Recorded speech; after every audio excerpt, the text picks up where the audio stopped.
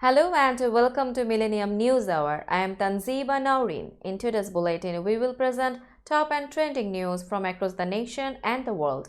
Let's begin with the headlines of the day.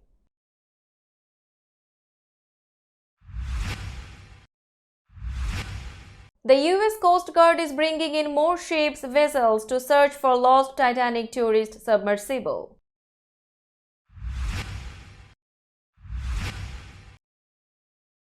Biden likens Chinese President Xi Jinping to a dictator.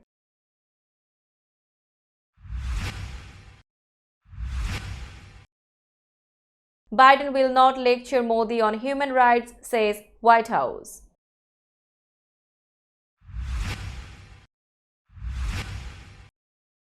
Pentagon accounting error provides extra $6 billion in arms to Ukraine.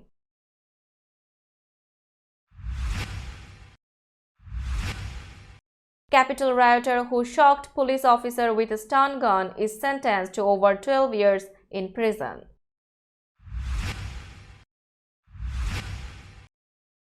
U.S. judge nixes Arkansas's ban on transgender health care for youth.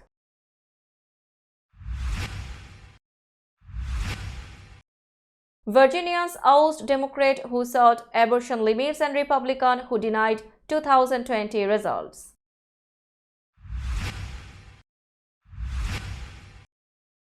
Delaware Congresswoman Lisa Blunt Rochester announces bid for U.S. Senate.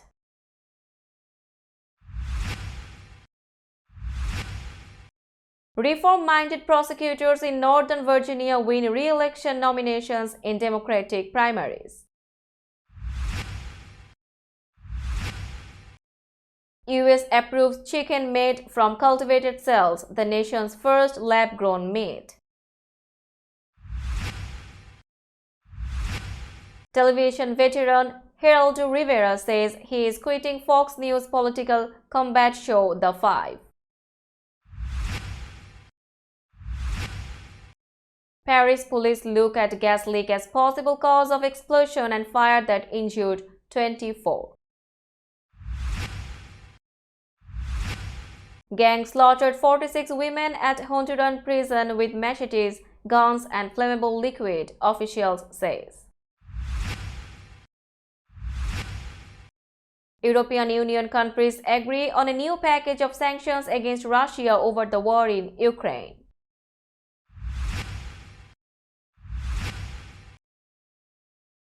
Morgan and Rapinoe selected for the US Women's World Cup roster.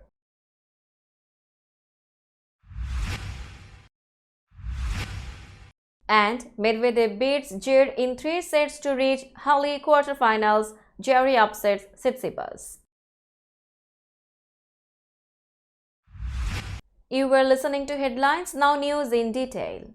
A Canadian surveillance vessel has detected more underwater noises in the area where rescuers are searching for a submersible that went missing in the North Atlantic while bringing 5 people down to the wreck of the Titanic, authorities said Wednesday. Coast Guard officials were bringing in more ships and other vessels to search the more narrowly defined area, though the exact location and source of the sounds has not yet been determined. The full scope of the search was twice the size of Connecticut in waters 2.5 miles deep, said Captain Jamie Frederick of the 1st Coast Guard District.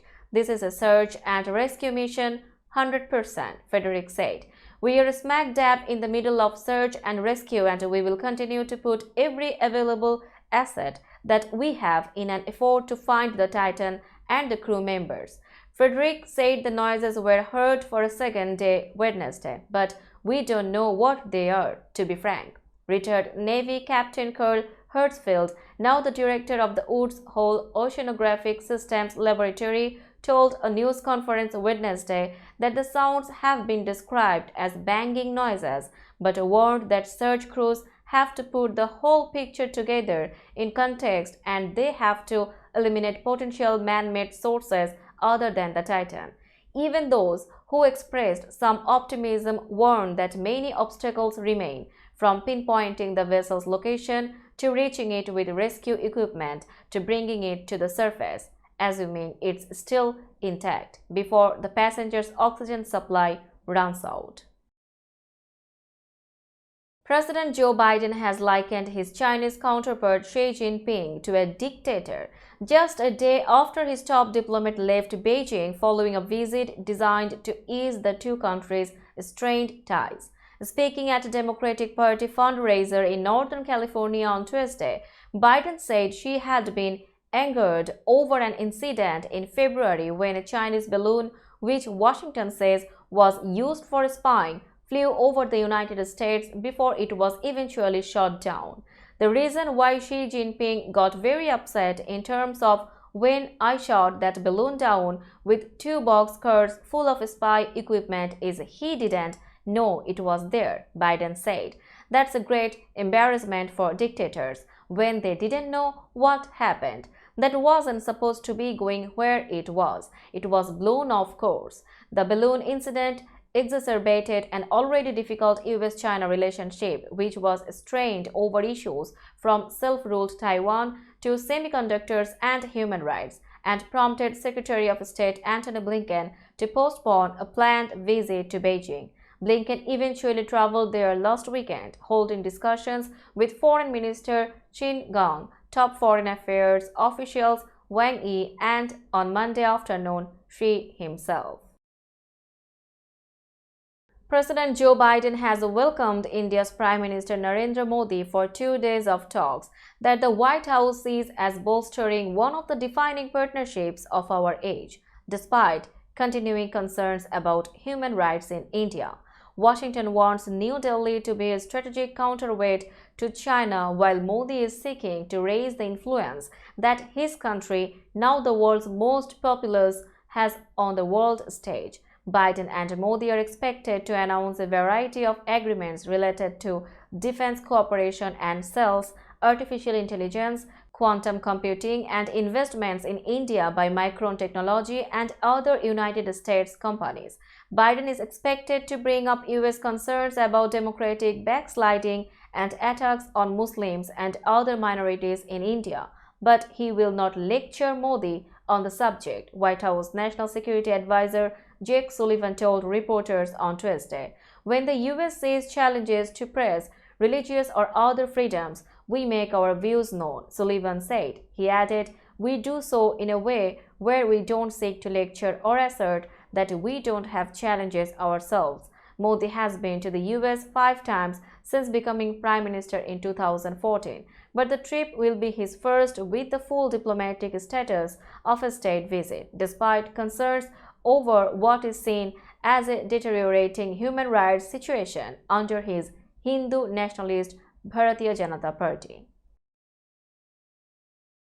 The United States has overestimated the value of the weapons it has sent to Ukraine by $6.2 billion over the past 2 years, about double early estimates, resulting in a surplus that will be used for future security packages. During an audit, inconsistencies were found in valuations of equipment sent from the US since the Kremlin's full-scale invasion of Ukraine in 2022. Deputy Pentagon Press Secretary Sabrina Singh said during a press briefing on Tuesday. In a significant number of cases, services used replacement cost rather than net book value, thereby overestimating the value of the equipment drawn down from US stocks and provided to Ukraine, Singh said. The spokeswoman said that the calculation was for the 2022 and 2023 financial years combined, added up to $6.2 billion. Singh stressed that the valuation errors did not restrict Washington's provision of support to Ukraine. As a result, the department now has additional money in its coffers to use to support Ukraine as it pursues its counteroffensive against Russia. And it comes as the fiscal year is wrapping up and congressional funding was beginning to dwindle. A California man who drove a stun gun into a police officer's neck during one of the most violent clashes of the US Capitol riot was sentenced on Wednesday to more than 12 years in prison. Daniel DJ Rodriguez yelled, "Trump won," as he has led out of the courtroom where U.S. District Judge Amy Berman Jackson sentenced him to 12 years and 7 months behind bars for his role in the January 6, 2021 attack. Only 2 other January 6 defendants have received longer prison terms so far, after hundreds of sentencings for Capitol riot cases. The judge said Rodriguez was a one-man army of hate, attacking police and destroying property at the Capitol. "You showed up in Washington, D.C., spoiling for a fight," Jackson said. "You can't blame what you did once you got there on anyone but yourself." Metropolitan Police Officer Michael Fannon's body camera captured him screaming out in pain after Rodriguez shocked him with a stun gun while he was surrounded by a mob. A federal judge in the United States has struck down Arkansas's first-in-the-nation ban on gender-affirming care for children, the first ruling to overturn such a prohibition as a growing number of Republican-led states adopt similar restrictions. U.S. District Judge Jay Moody issued a permanent injunction against the Arkansas law, which would have prohibited doctors from providing gender-affirming hormone treatment, puberty blockers, or surgery to anyone under 18. The Arkansas law, which Moody temporarily blocked in 2021, also would have prohibited doctors from referring patients elsewhere for such care. In the wake of its passage, at least 19 other states have enacted laws restricting or banning gender-affirming care for minors, and nearly all of them have been challenged in court. In his order, Moody ruled the prohibition violated the due process and equal protection rights of transgender youth and families. He said the law also violated the First Amendment rights of medical providers. Rather than protecting children or safeguarding medical ethics, the evidence showed that the prohibited medical care improves the mental health and the well-being of patients, and that by prohibiting it, the state undermined the interest it claims to be advancing, Moody wrote in his ruling. Moody's ruling echoed remarks judges have made in other decisions temporarily blocking similar bans in Alabama and Indiana. Voters ousted 2 of Virginia's most controversial political figures in Tuesday's primary election, along with at least 3 more of their Senate colleagues. Senator Joe Morrissey, a political centrist and increasingly rare Democrat who supports limits on abortion access, lost to former state legislator Lesherese Aird, who calls herself a 100% supporter of abortion rights. "Joe's been here too long. It's time for new blood," said Gail Coleman, who voted for Aird Tuesday afternoon in suburban Richmond. Republican Senator Amanda Chase, a right-wing firebrand who has served in the Senate since 2016 and embraced falsehoods about the 2020 presidential election, was edged out by Glenn Sturtevant, a lawyer and former senator seeking a political comeback in the red-leaning suburban Richmond district. Congresswoman Lisa Blunt Rochester, Delaware's lone representative in the U.S. House, announced Wednesday that she is running for the U.S. Senate seat being vacated by fellow Democrat Tom Cooper. Blunt Rochester's announcement came as no surprise, given that Cooper said in announcing his retirement last month that he favored her as his replacement. Blunt Rochester, who once interned for Cooper when he was in the House and also served in Cooper's cabinet when he was governor, was re-elected to a 4th term in Congress last November. In a campaign video, Blunt Rochester said she now wants to continue representing Delaware in the U.S. Senate. "It's been the greatest honor of my life to represent Delaware, to protect our seniors, our environment, our small businesses, and women's reproductive rights," she said. "But we have got so much more to do." Rochester is the only woman and only person of color to represent Delaware in Washington. She is the first person to announce a bid to succeed Cooper in the Senate. 3 incumbent prosecutors in Northern Virginia who faced tough challenges after being elected 4 years ago on a progressive reform agenda won their Democratic primaries Tuesday. In Fairfax County, the state's most populous jurisdiction, incumbent Steve Descano defeated Ed Nuttall, a former prosecutor and trial attorney who is best known for representing police officers accused of misconduct.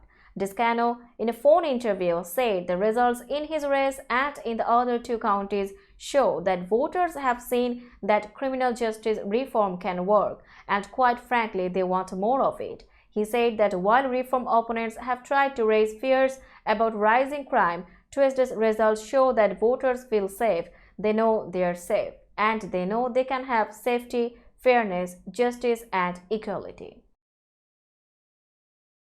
For the first time, US regulators on Wednesday approved the sale of chicken made from animal cells, allowing two California companies to offer lab-grown meat to the nation's restaurant tables and eventually supermarket shelves.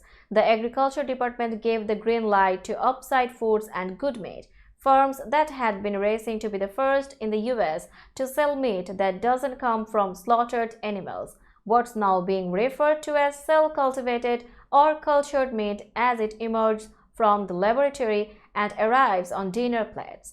The move launches a new era of meat production aimed at eliminating harm to animals and drastically reducing the environmental impacts of grazing, growing feed for animals, and animal waste. Instead of all of that land and all of that water that's used to feed all of these animals that are slaughtered, we can do it in a different way, said Josh Tetrick, co-founder and chief executive of Eat Just, which operates Good Meat. The companies received approvals for federal inspections required to sell meat and poultry in the U.S. The action came months after the U.S. Food and Drug Administration deemed that products from both companies are safe to eat. A manufacturing company called Joint Biologics, which works with Good Meat, was also cleared to make their products. Geraldo Rivera has quit as one of the lonely liberal voices on Fox News' popular political combat show, The Five, saying Wednesday that a growing tension that goes beyond editorial differences made it no longer owed it to him. The last scheduled appearance on The Five for the television veteran, whose 80th birthday is on July 4, is next week. It has been a rocky ride, but it has also been an exhilarating adventure that spanned quite a few years, he said in an interview with the Associated Press on Wednesday. I hope it's not my last adventure. Rivera said that it was his choice to leave The Five, but that Fox management didn't race after me to say, Geraldo, please come back. There was no immediate comment from Fox. Despite airing in the late afternoon instead of prime time, The Five has become Fox's most watched program, with an average of more than 3 million viewers last year. Its conceit is simple: 5 people, 4 of them conservative and 1 liberal, kick around the issues of the day. Greg Gutfeld, Jesse Waters, Dana Perino, and Jeanine Pirro are the regular conservatives. Rivera has rotated as the liberal voice with Jessica Terloff and Harold Ford Jr., a former congressman from Tennessee. Rivera said he planned to remain as a correspondent at large at Fox, with a contract that expires in January 2025. Now it's time for global updates.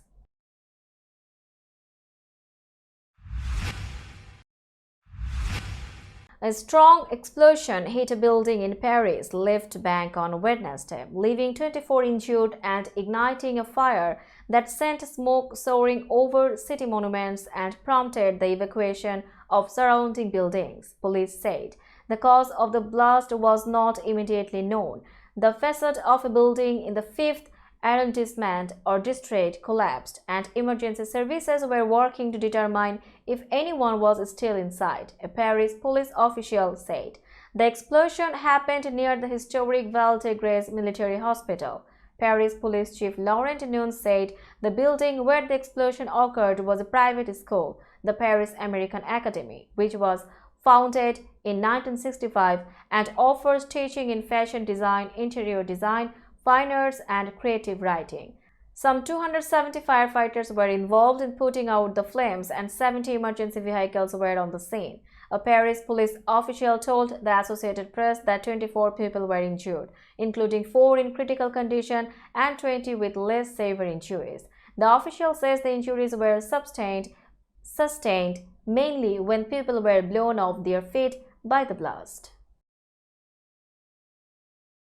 Gang members in a women's prison in Honduras slaughtered 46 other women inmates by spraying them with gunfire, hacking them with machetes, and then locking survivors in their cells and dousing them with flammable liquid. An official said Wednesday the carnage in Tuesday's riot was the worst atrocity at a women's prison in recent memory, something President Xiomara Castro called monstrous. Relatives said inmates at the facility had been threatened for weeks by members of the notorious Barrio 18 gang. Chillingly, the gang members were able to arm themselves with prohibited weapons, brush, post guards, and attack. They even carried logs to shut their victims inside, apparently to burn them to death. The intensity of the fire left the walls of the cells blackened and beds reduced to twisted heaps of metal. Miguel Martinez, a security ministry spokesman, said the attack was taped by security cameras up to the moment the gang members destroyed them in what he called a planned attack. European Union countries on Wednesday agreed on a new package of sanctions against Russia for its war against Ukraine aimed at countering sanctions circumvention through third countries and businesses. The EU had previously imposed 10 rounds of sanctions on Russia since President Vladimir Putin ordered his forces into Ukraine on February 24, 2022.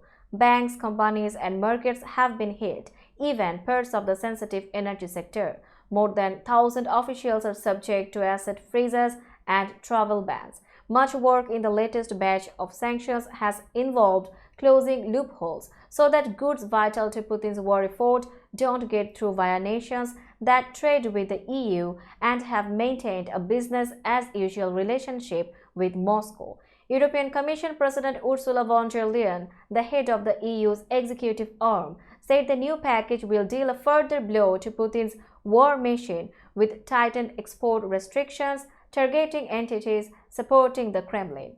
Our anti-circumvention tool will prevent Russia from getting its hands on sanctioned goods, she added. It is the first time that plans have been announced to target trade via other countries, apart from sanctions against Iranians alleged to be supplying drones to Russia. It also prohibits the transit via Russia of products and technologies which might help boost its defense and security sector. Now it's time for business news.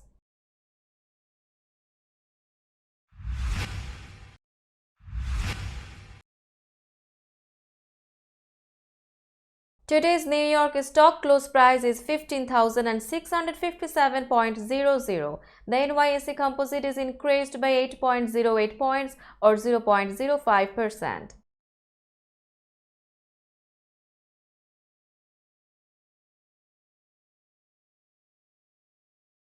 Tokyo stock close price is 33,575.14. The Nikkei 225 index is increased by 186.23 points or 0.56%.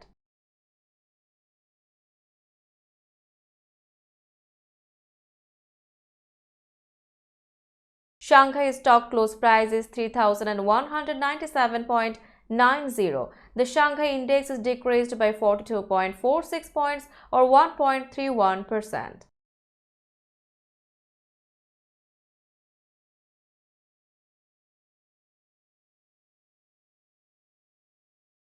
Hong Kong stock close price is 19,218.35. The Hang Seng index is decreased by 388.73 points or 1.98%.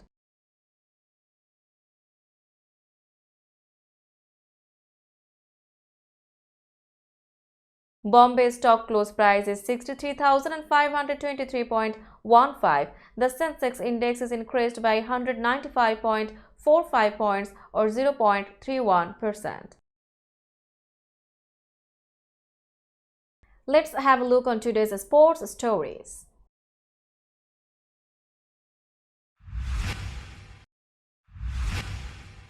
18-year-old Alyssa Thompson was among the 23 players selected Wednesday for the United States team that will defend its title at the Women's World Cup next month. Thompson, who has been impressive this season as a rookie for Angel City in the National Women's Soccer League, joins veterans Alex Morgan and Megan Rapinoe on the roster selected by coach Vlatko Andonovski. The players were introduced with a star-studded social media post that included President Joe Biden, First Lady Jill Biden, Taylor Swift, Lil Wayne, and Megan Thee Stallion. Morgan and Rapinoe will be making their fourth World Cup appearances. Defender Kelly O'Hara also earned a spot on her fourth World Cup squad as a veteran presence to shore up the backline in the absence of veteran defender and team captain Becky Serburn, who announced last week she won't play in the World Cup because of a lingering foot injury. The tournament kicks off on July 20 in Australia and New Zealand. The Americans are in Group E with Vietnam, the Netherlands, and Portugal. The United States opens with Vietnam on July 22 in Auckland. Daniil Medvedev continued building momentum after recent setbacks as he moved into the quarterfinals of the Halle Open on Wednesday, beating Laslo Djere 6-3, 6-7, 6-3 at the grass court tournament. Medvedev could have wrapped up the second-round match in straight sets when he took a 4-1 lead in the second set tiebreaker but lost the next 4 points as Djere took control. Medvedev is coming off first-round losses at the French Open and last week at the Libema Open, his first grass event of the season. The third-ranked Russian is preparing to return to Wimbledon next month for the first time since 2021 after the grass court Grand Slam barred players from Russia and Belarus last year over the Russian invasion of Ukraine. Medvedev next faces Roberto Bautista Agut in Halle after the 8th-seeded Spanish player beat American Brandon Nakashima 7-5, 7-6 in their second-round match. Let's have a look on today's weather forecast.